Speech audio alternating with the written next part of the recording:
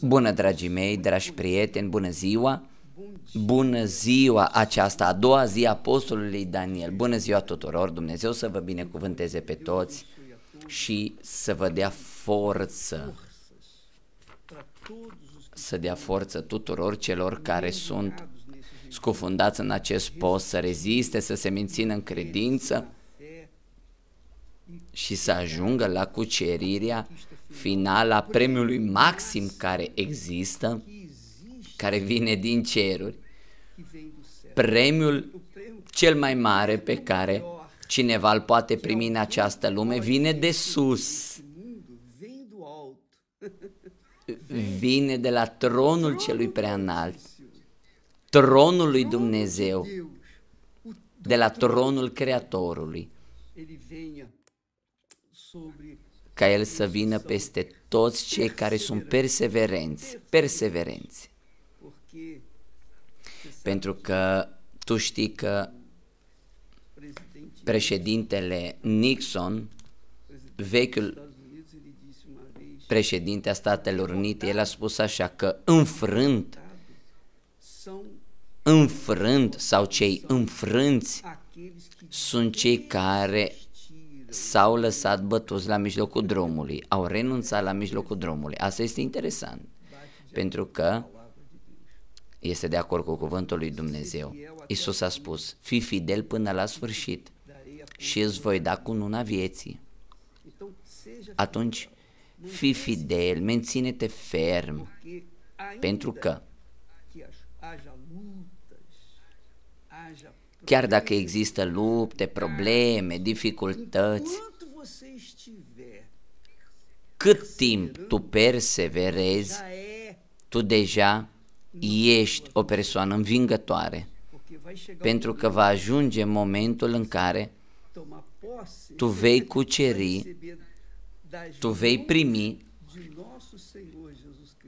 din mâinile Domnului nostru Iisus Hristos Duhul Sfânt și va fi puternic. Și tu vei fi puternic pentru a învinge toate obstacolele care îți vor apărea pentru tot restul vieții tale. Ascultă cu atenție. Este ceea ce am citit ieri și vom citi și azi, este ceea ce Iisus a spus. Veți primi puterea Duhului Sfânt. Veți primi puterea Duhului Sfânt care va veni peste voi. Va veni. Este Iisus care a spus, nu sunt eu, nu este scris aici. Faptele 1 și 8. Ci veți primi puterea Duhului Sfânt. Imaginează-ți, dragul meu, draga mea, ceea ce Duhul Sfânt a făcut la începutul tuturor lucrurilor. Biblia spune, în primul verset din Geneza spune, la început a creat Dumnezeu cerurile și pământul, dar pământul era fără formă și gol și exista întuneric pe suprafața adâncului și Duhul Sfânt, Duhul lui Dumnezeu, a spus să fie lumină. El doar a spus asta și a fost lumină.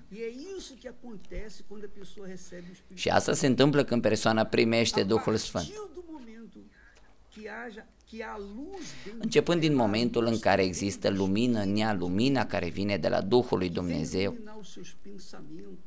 care să lumineze gândurile lor, ideile lor, atunci se va termina imediat, instantaneu, depresia, tristețea. Câte și câte persoane în această lume ascund o depresie, o tristețe profundă în spatele unui zâmbet deghizat, da sau nu? Câte persoane ascund în interiorul lor tristețea unei pierderi, unui doliu continuu care se întâmplă de ani de zile cu ea, ea este în doliu, dar pentru toată lumea zâmbește, pentru că este ușor să zâmbești pentru ceilalți. Greu este să zâmbești pentru tine însuți. Când Duhul Sfânt vine, El vine exact pentru asta, pentru a te face, dragul meu, draga mea, să zâmbești pentru tine însuți. Nu pur și simplu doar să zâmbești, ci să intri în bucurie, sufletul tău să fie bucuroasă, să primească bucurie. Este o bucurie, o fericire profundă pe care nimeni nu o poate scoate. Atunci nu există probleme, nu există tristețe, nu există depresie, nu există martirii. Nimeni și nimic nu poate scoate din tine lumina pe care Duhul Sfânt face să strălucească în sufletul tău. Nimic. A fost ceea ce s-a întâmplat cu pământul.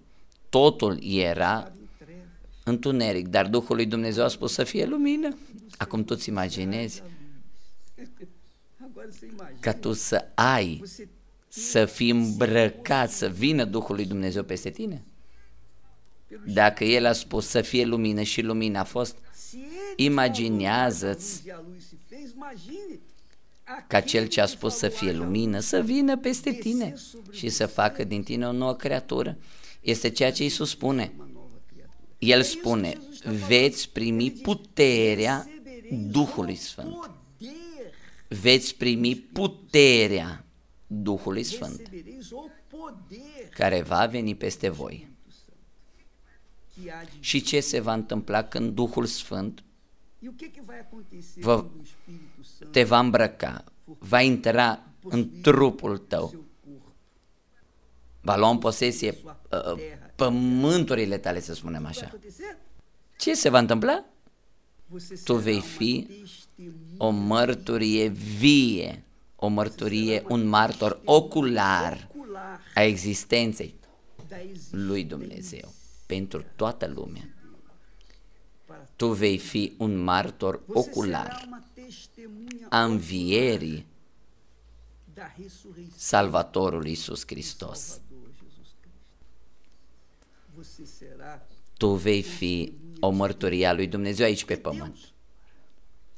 Pentru că Dumnezeu este Duh. Cum noi îl putem vedea pe Dumnezeu? Noi doar îl putem vedea pe Dumnezeu în caracterul persoanelor care îl au, care au Duhul Său, care sunt învăluite, pline de Duhul Sfânt în fiecare zi. Când o persoană primește Duhul Sfânt, ea nu mai minte, ea nu mai înșală, ea nu mai comite adulter, ea nu mai este răzbunătoare, înșelătoare, ea nu mai este o persoană rea, o creatură rea. Ea lasă să mai fie o creatură cu natură umană ca să aibă natura lui Dumnezeu, natura divină, care înseamnă că ea devine Duh.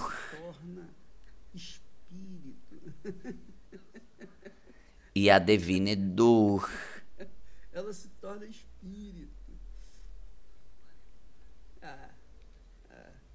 Noi vom vorbi în aceste zile ale postului despre ceea ce înseamnă să devii Duh, pentru că dacă nu e multă informație pentru tine, dar